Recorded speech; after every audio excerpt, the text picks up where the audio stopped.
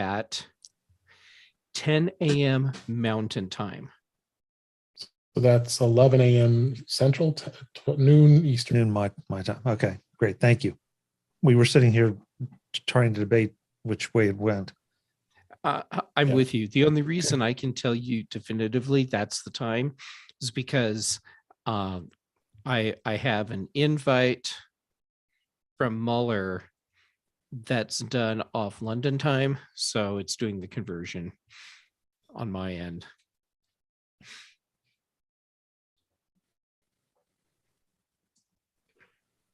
Just give me 1 sec here.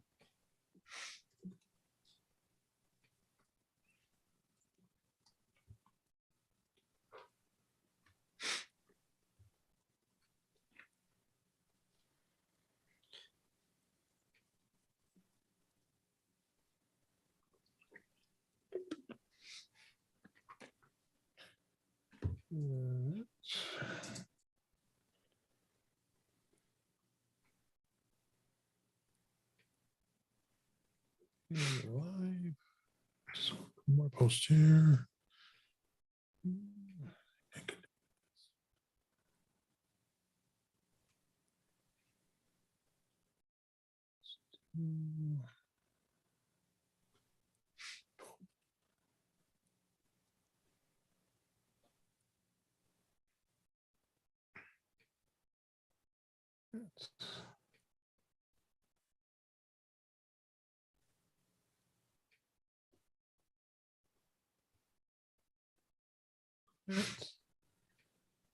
More.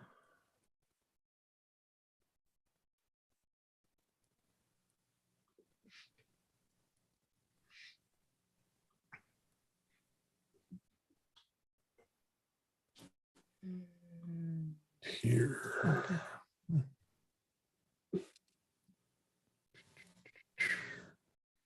So is Face ID with a mask working for either of you? Honestly, I haven't tried it. It wasn't working for me. And so I thought, well, that's weird. And I went and looked at my settings, and my iPhone thinks it was never set up.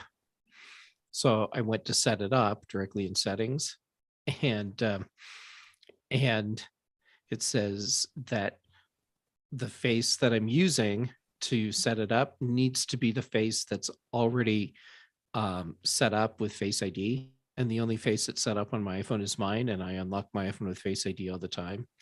But it says my face is the wrong one. So I can't get it to set up now.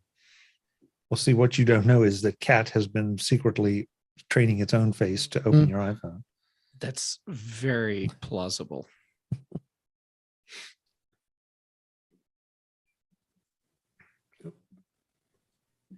So here's one for you. You know, the problem I posted in the Back Voice of Slack about that MacBook Pro. Yeah. I do not understand, because I plugged it in and it showed, you know, the little light said it was charging, but it's just nothing. So if the I have no battery's dead, it's not going to do anything. Yeah, but here's the thing, Jeff. I have no idea. When I came home from dinner tonight, I have no idea why I did it, but I moved the computer and everything over to another outlet, plugged it in. Now the green light is on instead of the orange light, and it appears to be taking a charge. Well, the battery taking a charge, that can still happen, and registering what's going on there will happen independently of the rest of the system, from what I understand. So you can have a dead PRAM battery and not be able to get the computer to start up, but have the charger tell you that it's charging the battery. Okay. I don't know what you know. I would put money on it being the PRAM battery. Yeah, that sounds about right, since the age of that computer. Yeah. All right, ready to get started here. But it's never been replaced. Yep. Let's roll.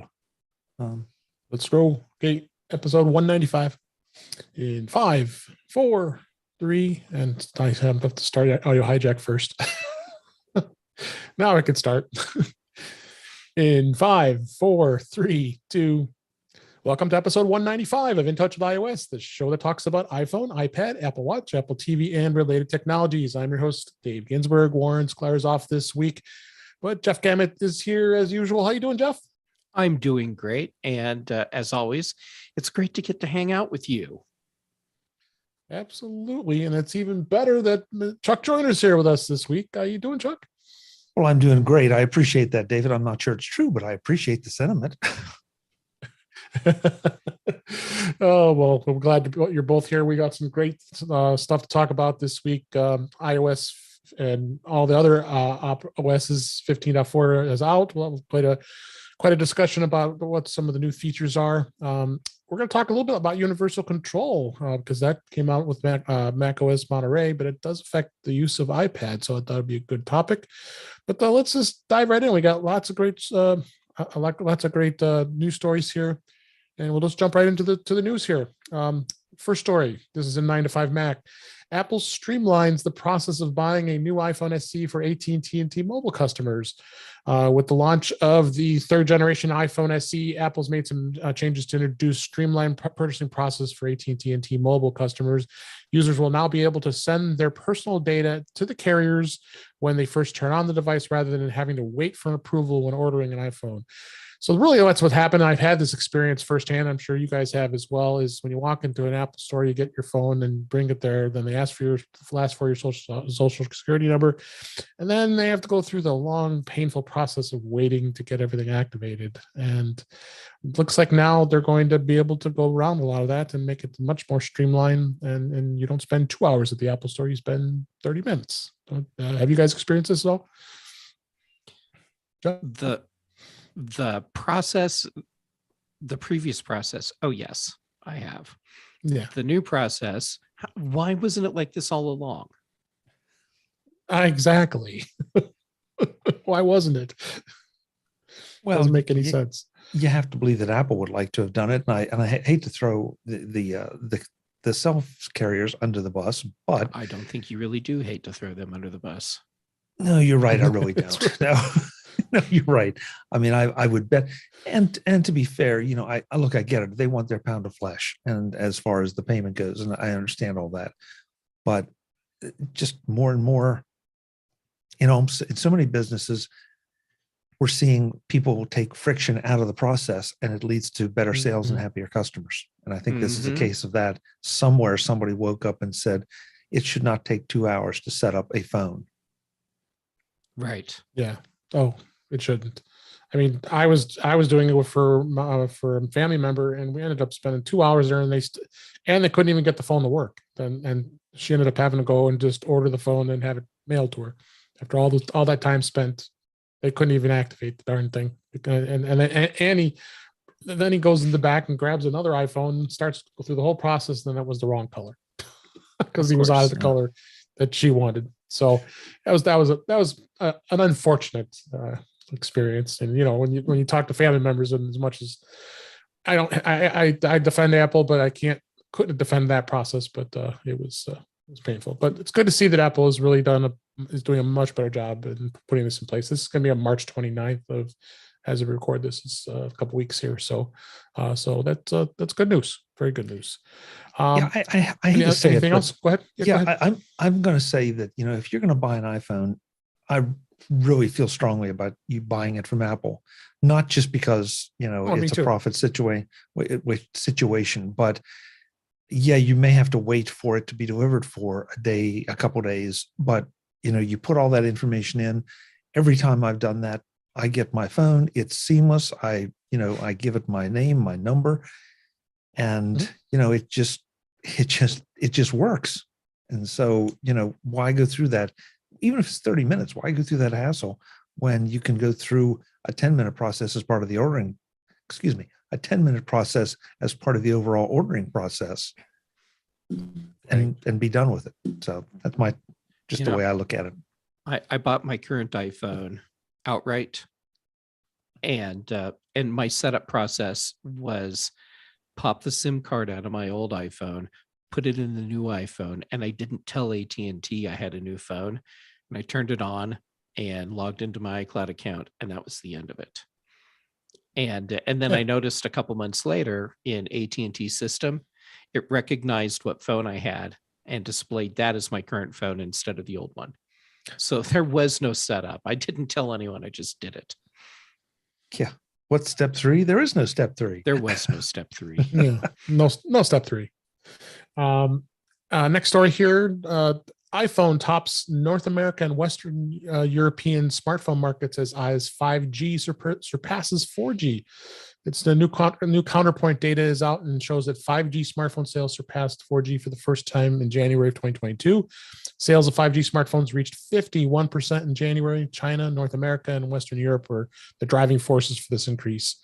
According to Counterpoint, the push for 5G came from Chinese telecom operators and the readiness of OEMs to supply competitively priced 5G phones to consumers. So 5G has penetrated over 73% in North America, 76% in Europe. So the numbers are looking really good with 5G here. And, as we've talked about this many times on here on the show, that I'm getting some good experience with 5G. Jeff, are you getting good experience with 5G in your area? It's getting better all the time. Yeah, it seems like it.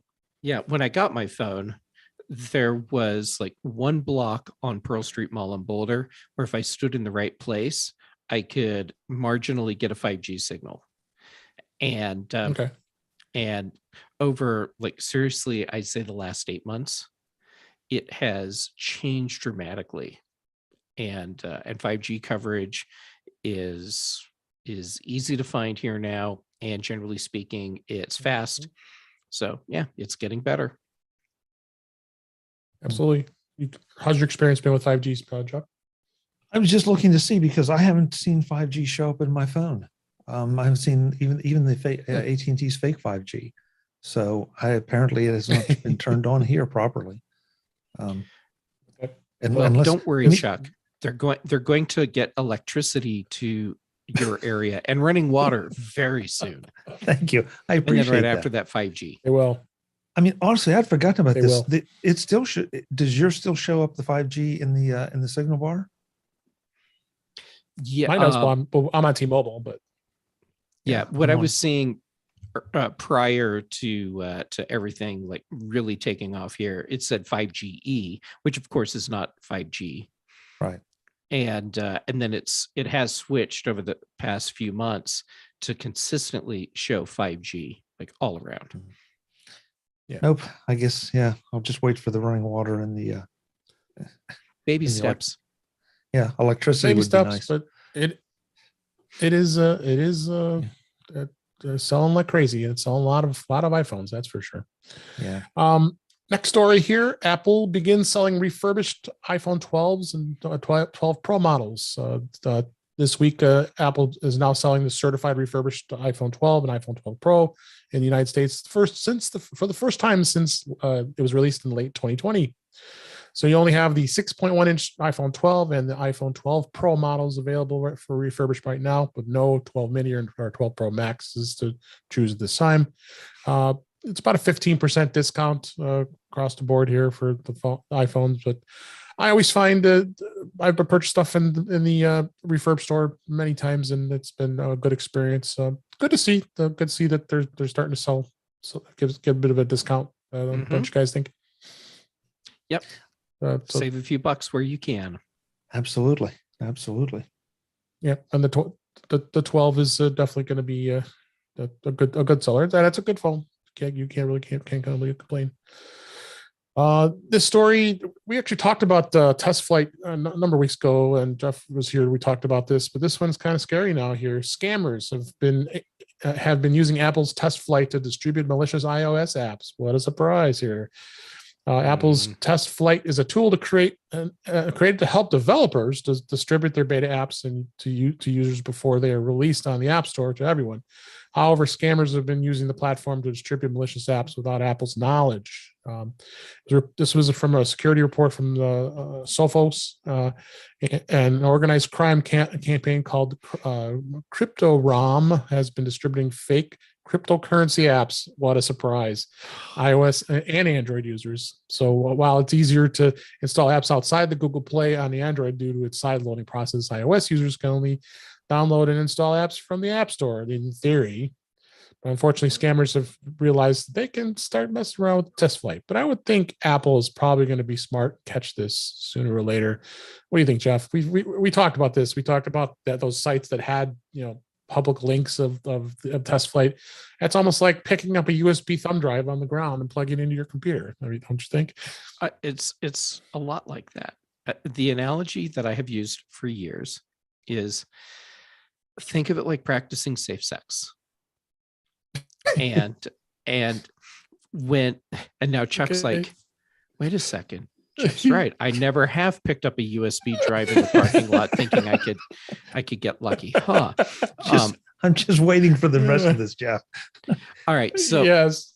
So generally speaking, people wouldn't randomly pick up someone that they find just sitting in a parking lot and engage in risky sexual activity with them. Why would you pick up a thumb drive and plug it into your computer that you've just found in a parking lot? Think of it the same way. You practice safe sex and you practice safe technology. Just treat them the same way. And going to some shady place to hook up with someone that you don't know and you don't know their history, and they say, no, I'm fine, I'm clean. Okay. You can't trust that.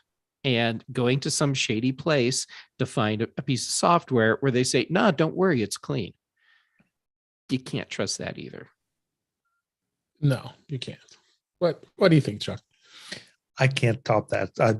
I'm resisting the urge to try to follow it, and it's just it won't work. It's pretty tough.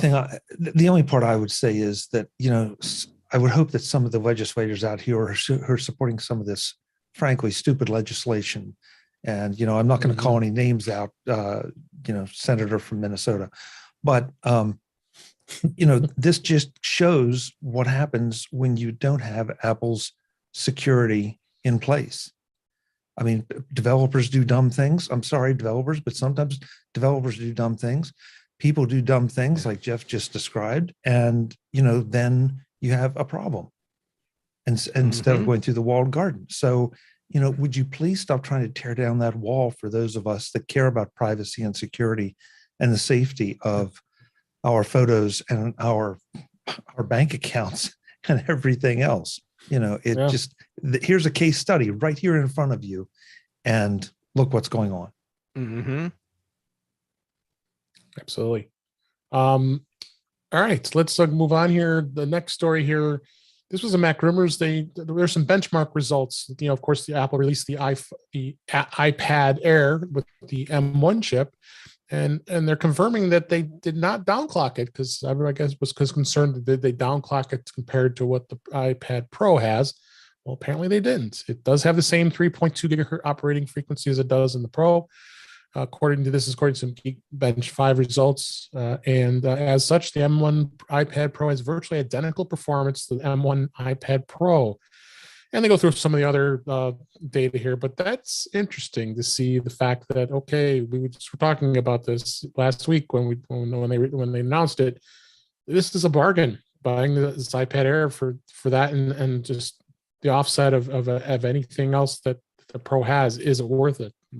Chuck, what do you think? Do you think this Air is going to be a good choice for many people? I haven't done the comparisons. I mean, I think in the first place, the Air, the M1 Air, the M1 anything is a great choice for anyone who's not trying to slog through heavy duty photo or video, because it is so fast, it is so powerful. The question kind of becomes, what's it going to be wrapped in?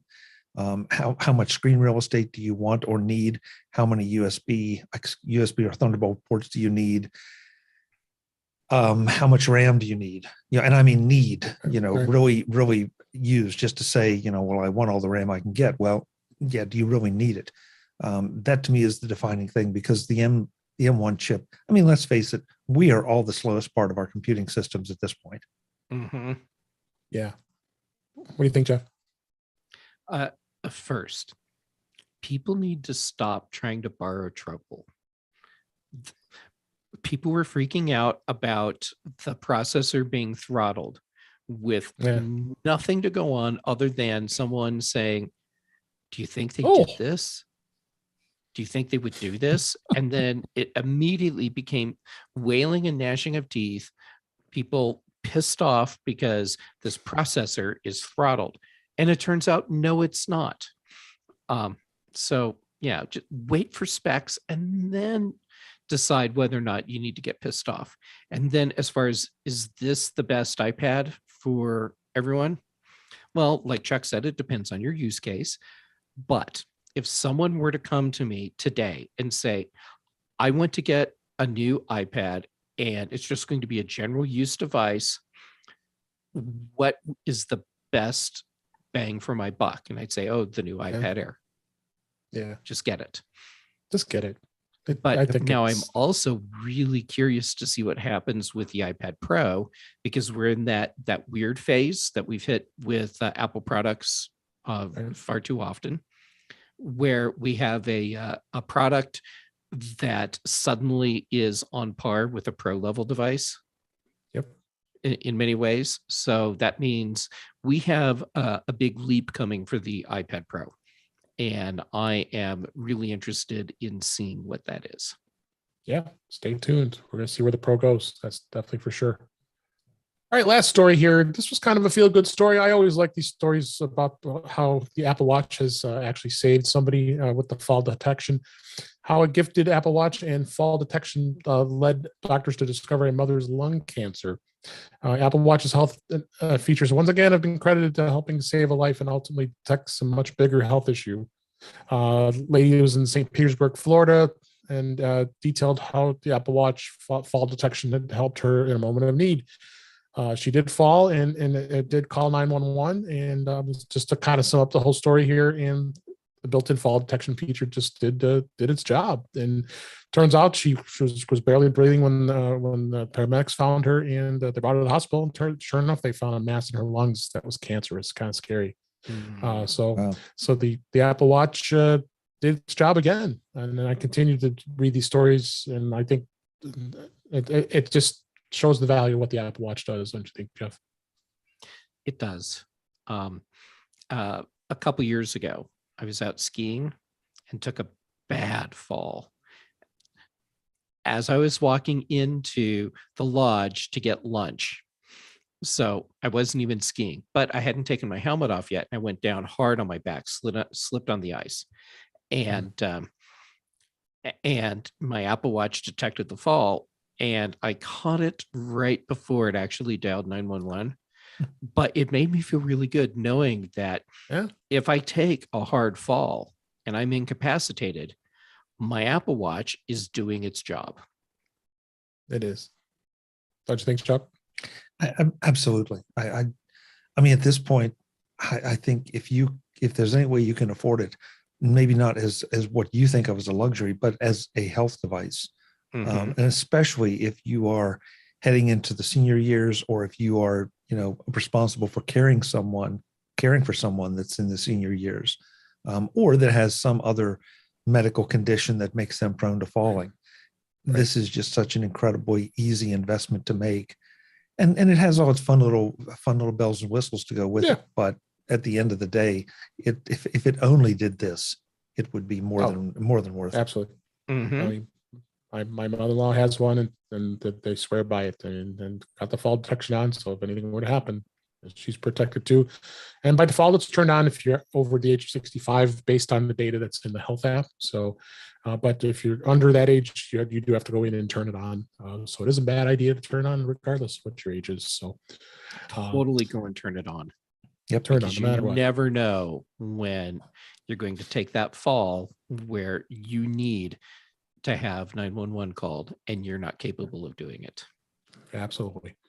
All right, that was the news this week. I wanted to get into deep into some of the new releases that have come out this past week. So Apple did release iOS 15.4. It also released iPad OS 15.4. And you also have Watch OS 8.5, tvOS 15.4, and Mac OS Monterey 12.3 is out. But you also have universal control, which we're going to talk about here, as far as how the iPad can be used as a universal control device with your mouse and your keyboard. So let's start with iOS here first. Again, they just released this. So Jeff, you were just talking the first tip we were going to talk about as far as what the new features was the Face ID with mask. And before the show, you were talking about how you were having trouble getting it to work. It is a good thing, but we're so used to it opening with the Apple Watch. I really haven't even noticed it because I'm going to have my Apple Watch with me anyway, unless I turn off unlock with Apple Watch. Then I guess it would work. What was your experience so far with the face mask with Face ID? I can't even get it to set up. Okay.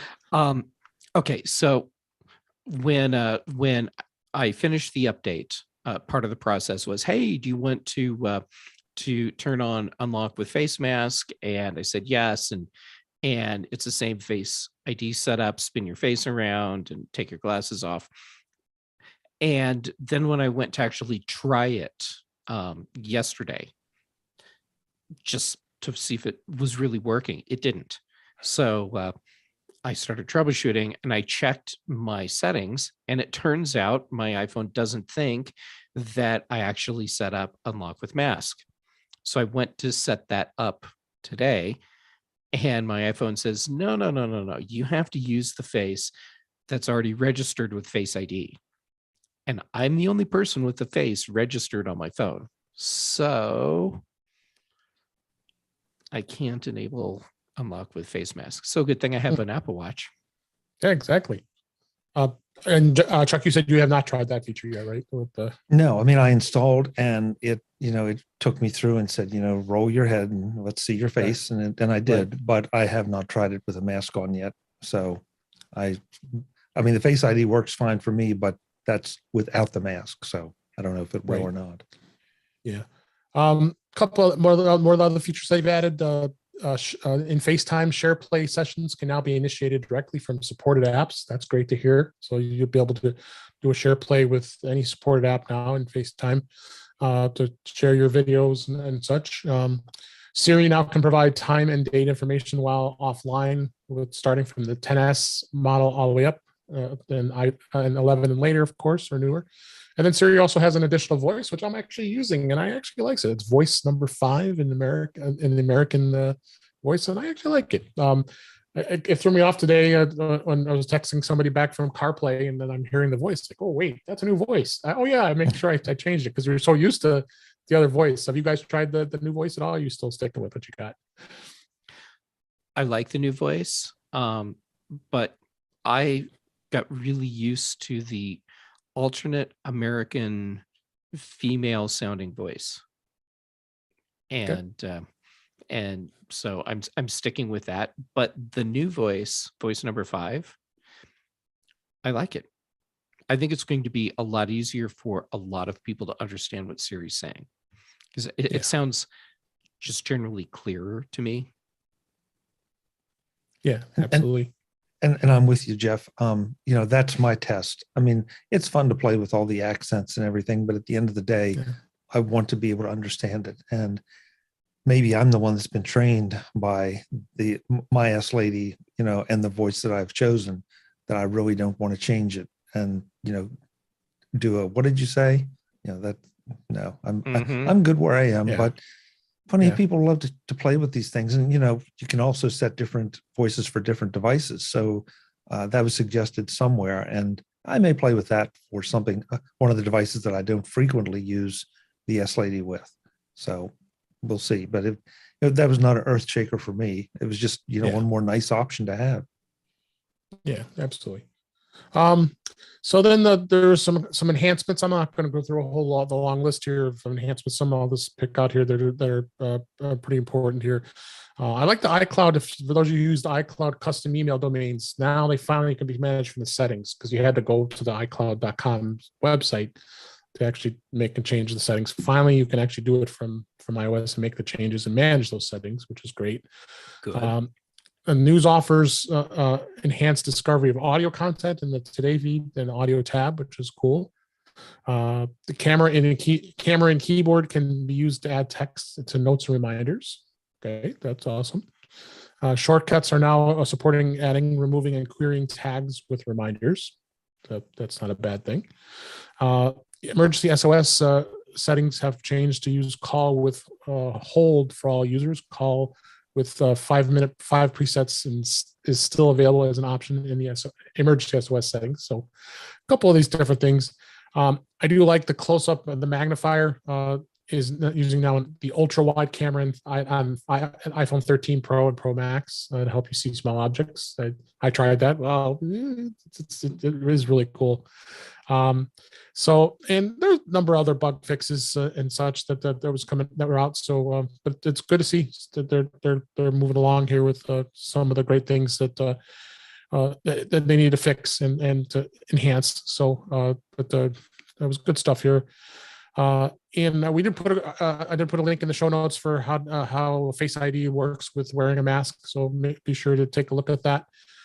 As far as that goes, and iPad, there wasn't, very similar enhancements, not a whole lot that was added, but it does have some improvements, and I've noticed some performance improvements as well.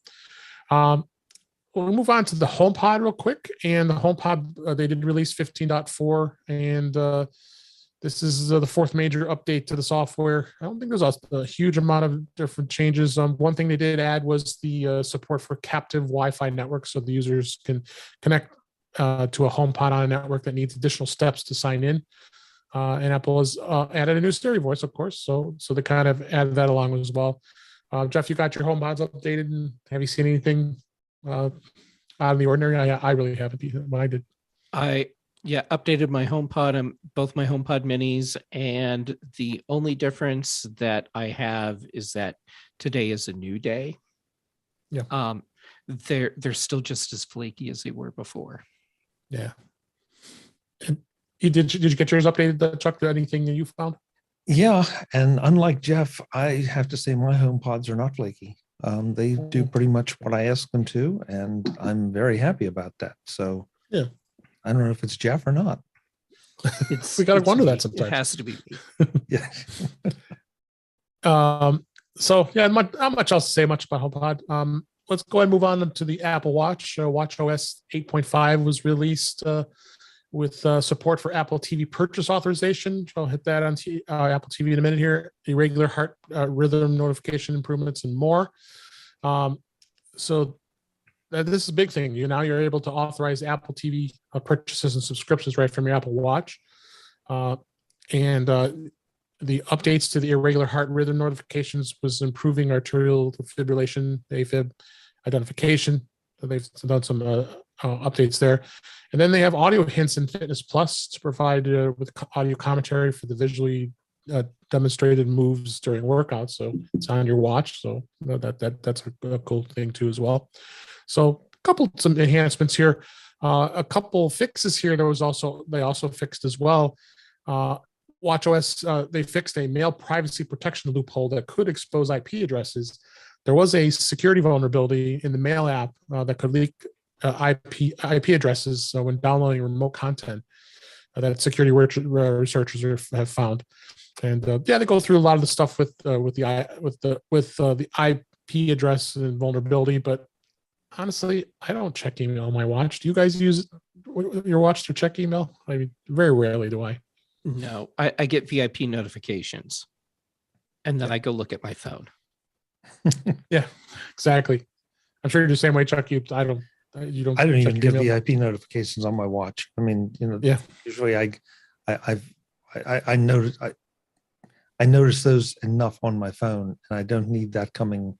That's at some point I hit overload on what is really important, and it's like, okay, there's some things that if it's really urgent, I'm probably going to get a phone call. I know that sounds archaic, but I will get a phone call if it's really honest to God urgent. Mm-hmm. Yeah. So other than that, not much else, but this actually stood out to be an interesting thing that Apple did add.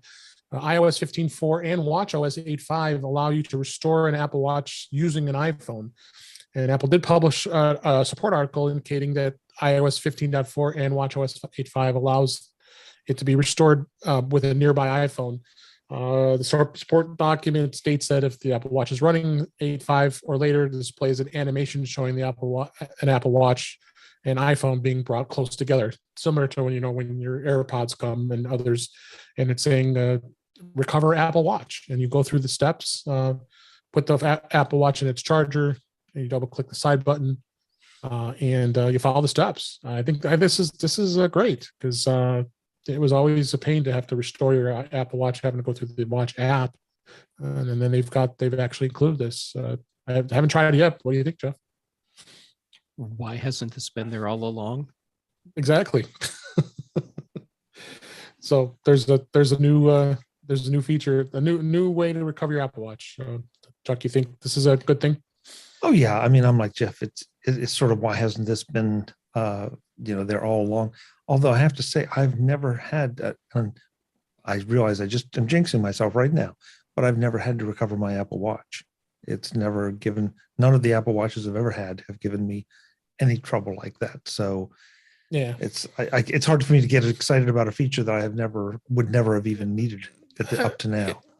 I don't know if it's necessarily a feature, more so just another safety measure of recovery, compared to having to go through the whole steps. I mean, I've had to actually restore my watch a number of times. I'm sure we all have. Especially, I had a problem with the Apple Wallet on the Apple Watch, or I would go to a terminal and it would say invalid, so I had to restore the watch. Yep. So that's definitely interesting. And then tvOS, they did the biggest thing that they released in tvOS 15.4. We generally don't see too much as far as any new features with tvOS is the captive Wi-Fi networks, which means if your iPhone or iPad can be used to connect the Apple TV to its network, and that requires additional sign-in steps, such as like hotel rooms. So that they're promoting you even more to bring your Apple TV with you when you travel, which a lot of people do because they want to be able to watch their stuff and use the hotel Wi-Fi to do it. So that was also a good thing. And again, we talked about the Apple Watch, you could complete a purchase on there as well. And then they added the ability to display HomeKit cameras in picture-in-picture mode while watching TV. I have not. I don't know if you. I know you have some HomeKit stuff set up at your house, Jeff. I doubt you. I don't mean you doubt. I don't know if you have cameras as far as the HomeKit, right?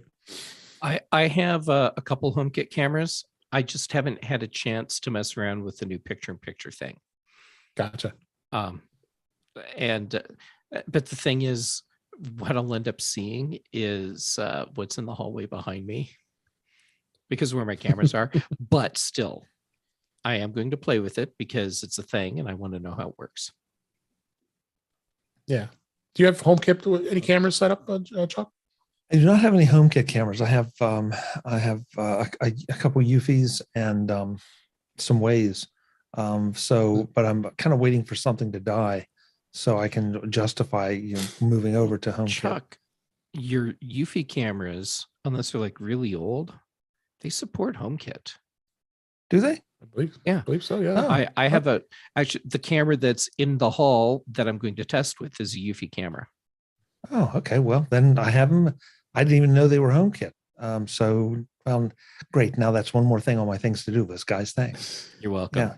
Gotta go play with that. My first I've had Waze cameras and all the other ones inside the house, but I did get a Google Nest doorbell with the camera.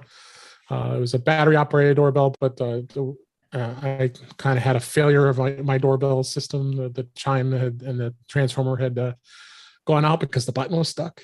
So I had them install this, and it is I'm really kind of enjoying the fact that whenever somebody walks up to my door, like the mail carrier or someone delivering a package, it notifies you through the notifications. Hey, someone's at your door, and you can push your button and say, hey, leave it at the door. Or watch my cleaning ladies coming in the house, and I could see when they leave and when they come in and when they leave. And they don't even know that they're under surveillance. Yeah, well, yeah, because you watch them, they have no clue what they don't even think about it. So, yeah, that's great to see with the tvOS. And that's a lot of the stuff that's this time around for updates. So we'll keep looking through this, and as we go in other episodes, we'll definitely find some other stuff. One thing I'll note is this is unusual. We've gone until Thursday as we record this, and all these were released on Monday. There's still not. You go to the developer site, beta software downloads. There are currently no beta softwares available for download, and I think someone That's we kind of know surprising. is very much Yeah. so. And I think someone we know is going to be in withdrawal. Warren. Mhm. So it's definitely going to be interesting. So. And I wanted to just shift gears here, and I don't normally talk too much about Mac here on this show, but I thought this was be a great topic to talk about because I'm super excited. I assume that both of you are as well with universal control.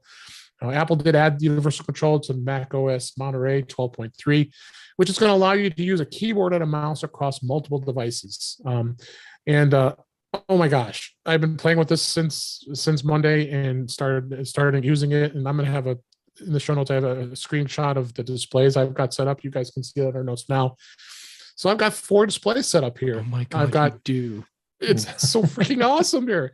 So you got my 32-inch external display for my Mac. I got my MacBook Pro's built-in screen. I've got my iPad Pro 11-inch, and I have my Mac Mini connected as well into universal control.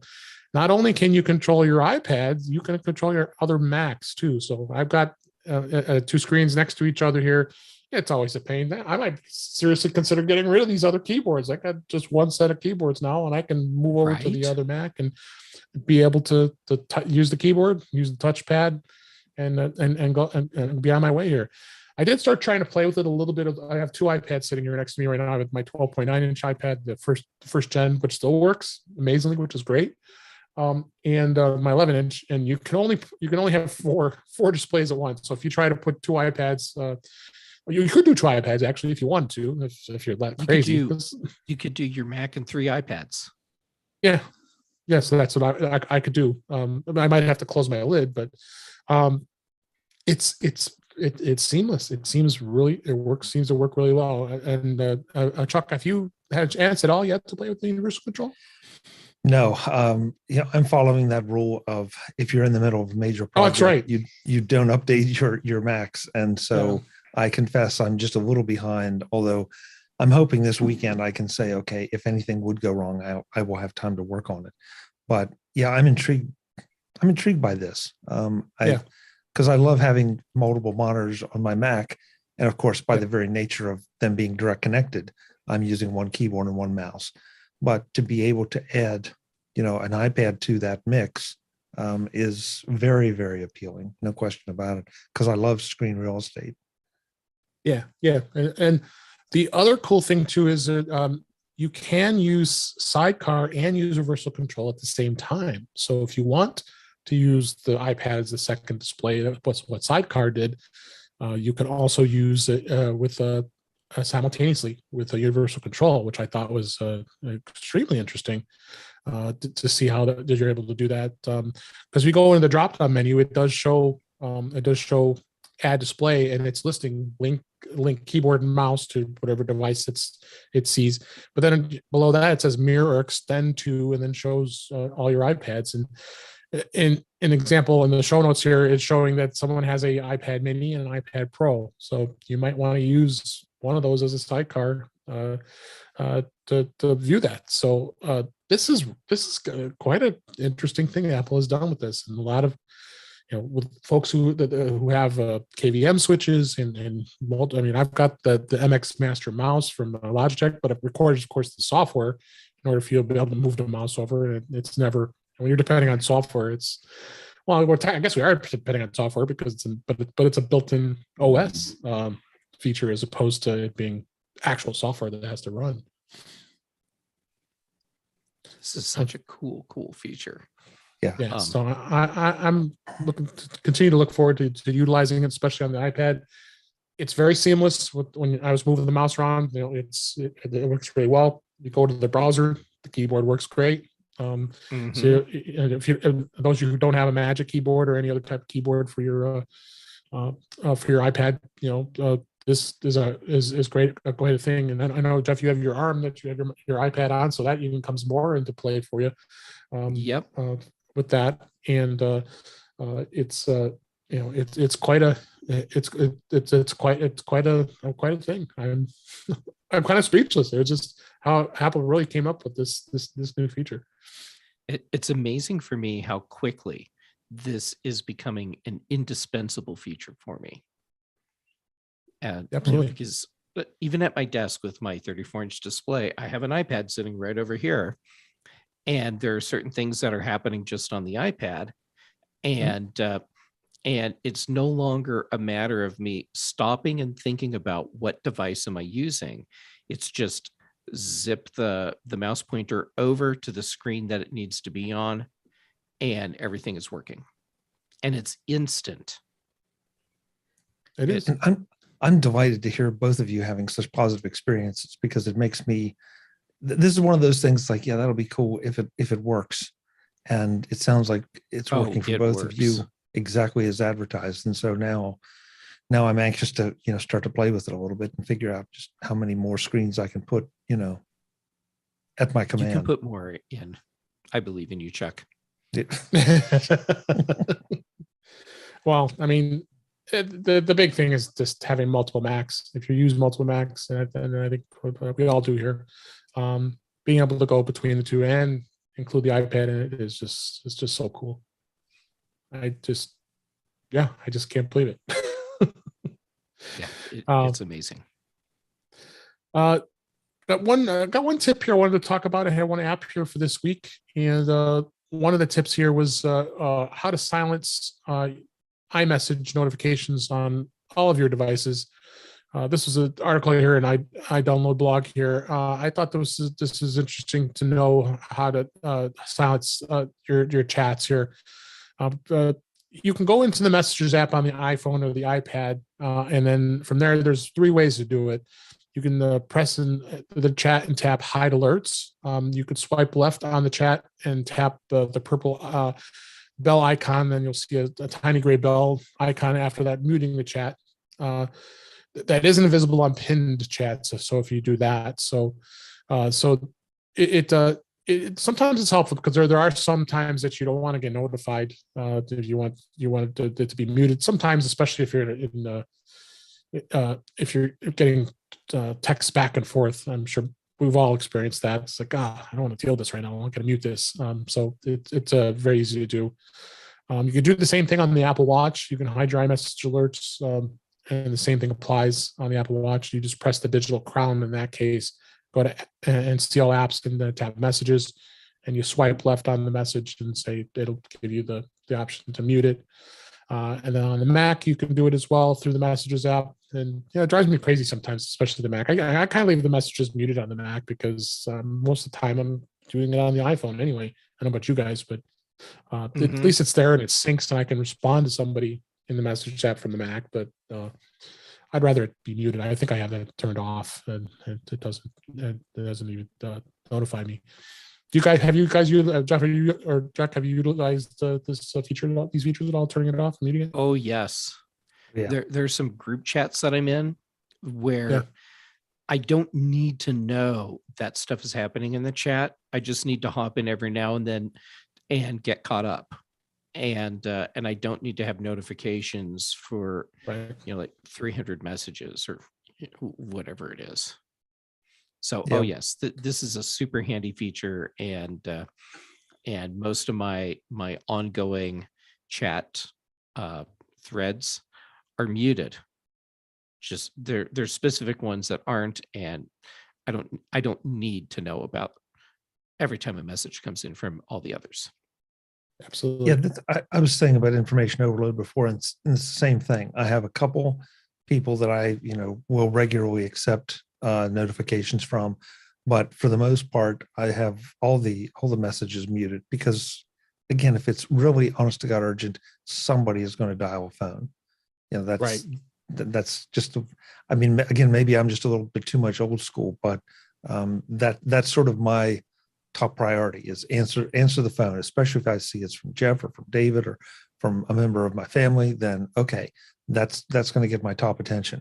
If it's a text from Jeff or David, that's important, but I don't think it's important that I know right now.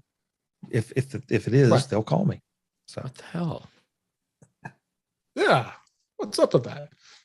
You should have us set as VIPs. Now, anytime you get any message from either That's of right. us, it alerts you every possible place you can imagine. hey, well, but the trouble is I know you two, and you'll text me at 3 a.m. just to see if it works. Since I don't trust you. Well, I mean, there is that. Yeah. I know who I'm dealing with here. Yeah.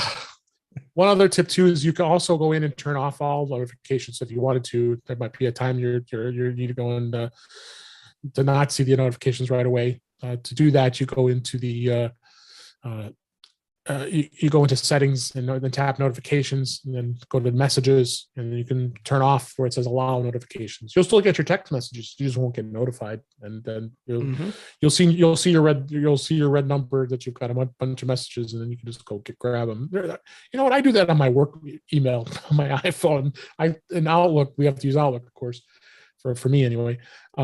I turn it off so it doesn't even notify me. And then I think about it. Oh, I guess I gotta check your work email. And I can go and then just be surprised instead of me getting a notification. It seems to have worked for me. So, but it does give that, and you have the option to do that on the Apple Watch as well as on the Mac if you want the notifications completely turned off. And that's all in this article as well. So, one last thing, I had this interesting app I found this week. It's called Posture Pal.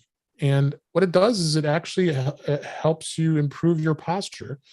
And I think a lot of us kind of slouch. I'm doing it right now. Unfortunately, I shouldn't be. And need to improve your neck and shoulder posture. There's an iPhone app that actually uses your AirPods to help you improve that. It's an interesting idea that helps you during your long work hours while you're playing a video game, or even while watching a movie, or even without destroying your back here. And what he did was that he came up with this app, and it's really cool. I haven't had a lot of chance yet to try it, but it does work with all the AirPods, including the AirPods Max and the Beats Fit Pro.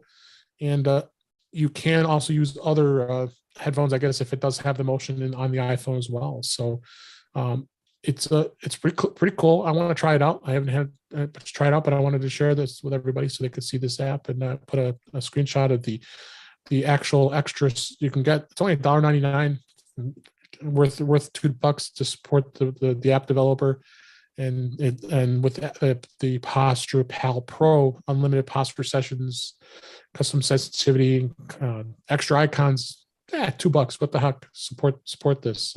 Sure. Support this developer. So I thought it was a cool app. Yeah, definitely. It's probably something we can all use. We're all spending too much time at our desks. Oh yeah, I'm having that struggle. So with that was all the content I had for this week. A little shorter show this week, but that's okay. We was glad that you were able to make it, and let's go ahead and wrap things up for this week. That's a wrap for this week. Please send your comments, questions, and suggestions, or email address feedback@intouchwithios.com.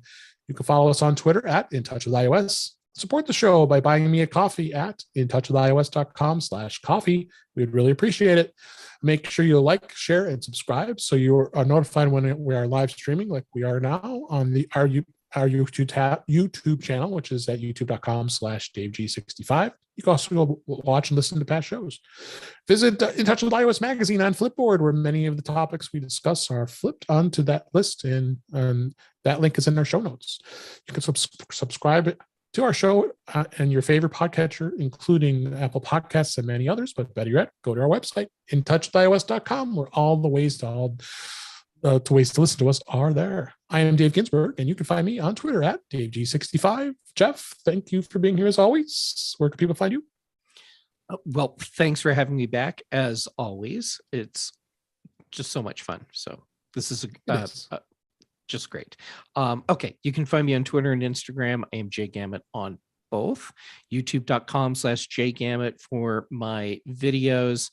Most Tuesdays on Mac Voices Live, Thursdays earlier in the day on the big show, and then now most Thursday evenings with you here, and then Friday mornings on the Mac show. And Brian Chaffin and I have teamed up again, and we have brought Apple Context Machine back to life, or under our direct control. And so it is now the context machine. And we're having a lot of fun with that. It's a great show. Thanks for being here. Chuck, where can everybody find you? MacVoices.com is where you can find everything I'm doing. We do Mac Voices live Tuesday nights at 7 p.m. I know time change. It's hard to tell when. Time changes. It throws us off. 8 p.m. Daylight Eastern, saving. 5 p.m. Pacific on at youtube.com/MacVoices TV. David, thank you for having us. It's always fun. Yeah, it was great. And thank you for listening. We hope you enjoyed the show, and we'll talk again soon.